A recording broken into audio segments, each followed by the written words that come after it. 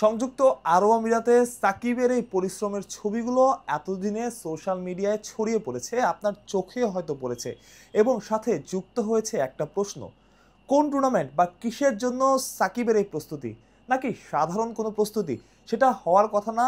এতদিন অনেকে বলে এসেছে, অনেক জায়গায় শোনা গেছে ওয়েস্ট ইন্ডিজের একটা টুর্নামেন্টের জন্যই নাকি প্রস্তুত হচ্ছেন সাকিব। তবে সেটা শুধুমাত্র অনুমান নির্ভর ছিল, সেটা প্রমাণ হয়ে গেল। কারণ পিএসএল এর দল লাহোর কালান্ডার্সের হয়ে খেলবেন সাকিব। কিন্তু আপনি কি জানেন, সাকিব খেলতে পারেন শুধুমাত্র একটা ম্যাচ। অর্থাৎ সে একটা ম্যাচের জন্য সাকিবের এত এত পরিশ্রম কিভাবে? গ্রুপ পর্বে লাহোরের একটা ম্যাচই বাকি আছে, অর্থাৎ সাকিব যে দলে খেলবেন সেই ম্যাচটা যদি লাহোর হারে তবে টুর্নামেন্ট থেকেই বাদ পড়ে যাবে এবং সাকিবের আর কোনো ম্যাচই আসলে খেলা হবে না। যদি জেতে ফাইনাল পর্যন্ত খেলতে পারে তবে সাকিব 4টা ম্যাচ খেলতে পারবেন।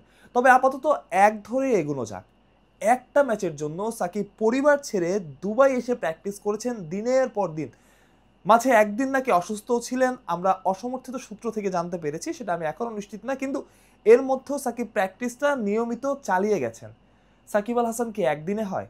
সাকিব আল হাসান বাংলাদেশের হয়ে আর কখনো খেলতে পারবেন কিনা সেটা নিশ্চিত না, কখনো খেলবেন কিনা সে নিয়ে আদৌ কোনো খবর নাই।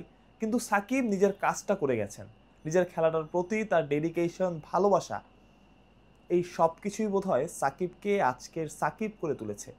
আমরা সবসময় একটা কথা বলি, বাংলাদেশ ক্রিকেট বোর্ড, ম্যানেজমেন্ট কিংবা কোচরা কেন আরেকটা সাকিব তৈরি করতে পারেন না?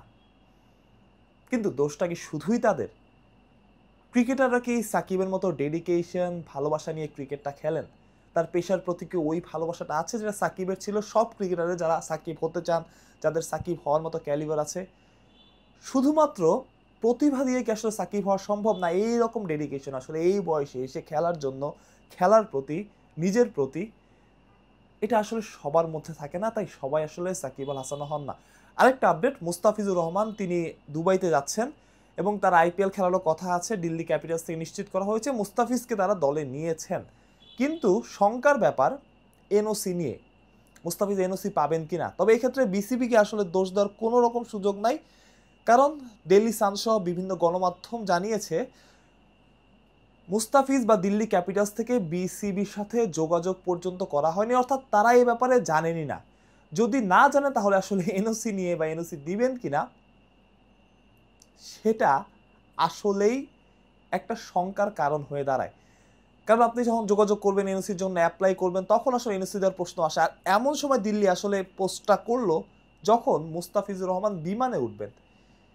এটাও একটা ট্যাকটিস আমার কাছে সবসময় মনে হয়, কারণ এটা নিয়ে এখন আলোচনা হচ্ছে মুস্তাফিজ খেলবেন কি খেলবেন না, এবং বিসিবির কাছে জিজ্ঞেস করা হলো বিসিবি আসলে কিছুই জানে না তাদের মতে, এবং তাদের কাছে অ্যাপ্লাইও করা হয় না। যদি অ্যাপ্লাই না করা হয় তাহলে তো আসলে এনওসি দেওয়ার প্রশ্নও এখানে আসে না। যদি অ্যাপ্লাই করা হয় সেক্ষেত্রে হয়তোবা বিসিবি ভেবে দেখতে পারে।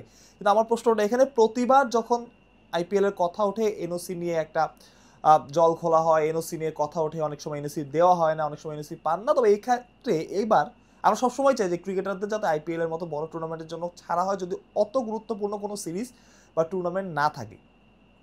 তবে এক্ষেত্রে ব্যাপারটা অন্যরকম। মুস্তাফিজ যদি এনওসি নাই চেয়ে থাকেন, নিয়মের বাইরে তো কেউ না, বিসিবিকে তো আর নিয়মের মধ্য দিয়ে যেতে হয়। আপনার দেশের খেলা আছে তাও আমরা মানলাম, সংযুক্ত আরব আমিরাতের সাথে খেলা, মুস্তাফিজ না খেললে হয়তো খুব বেশি ক্ষতি হয়ে যাবে না। কিন্তু যখন কোনো ক্রিকেটার বা ওই ফ্র্যাঞ্চাইজি ক্রিকেট বোর্ডের সাথে যোগাযোগই না করবে, তখন আসলে ওই এনওসি দেওয়ার আসলে প্রশ্নই আসে না। এতটুকুই আমার কাছে মনে হয়। তারপর যদি মোস্তাফিজ এনওসি পান, পরবর্তীতে কথা বলে ঠিকঠাক করে নেন, সেটাও ভালো, সেটাও মোস্তাফিজের জন্য ভালো। কারণ আমরা সবাই আসলে বাংলাদেশের কোনো ক্রিকেটার বা বাংলাদেশের মতো প্রতিনিধিকে আইপিএল এর মতো বড় টুর্নামেন্টে দেখতে চাই। মানুষ প্রত্যয়, বিডি ক্রিক টাইম।